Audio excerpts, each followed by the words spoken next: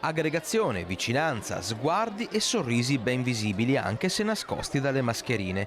Emozioni senza tempo perché erano attese dai bambini, dalle famiglie e dagli insegnanti.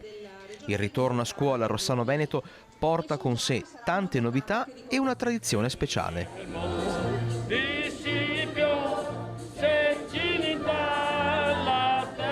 Anche quest'anno nella nostra scuola c'è la cerimonia dell'alzabandiera. È un momento importante ed è coordinato dai nostri alpini, dal capogruppo Antonio Polo. Alpinità, amore patrio, ma anche curiosità per il nuovo asilo, quello provvisorio, che ospiterà i bambini all'interno dell'Istituto Comprensivo Centrale Rodari. Abbiamo fatto il trasloco e insieme agli insegnanti c'è stato proprio un lavoro di equipe con insegnanti e volontari civici perché l'anno scolastico iniziasse nel migliore dei modi.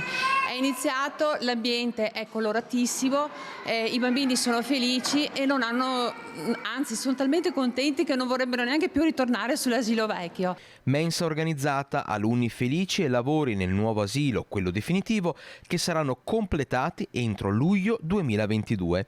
Inaugurati anche i nuovi erogatori d'acqua all'interno di un progetto plastic free.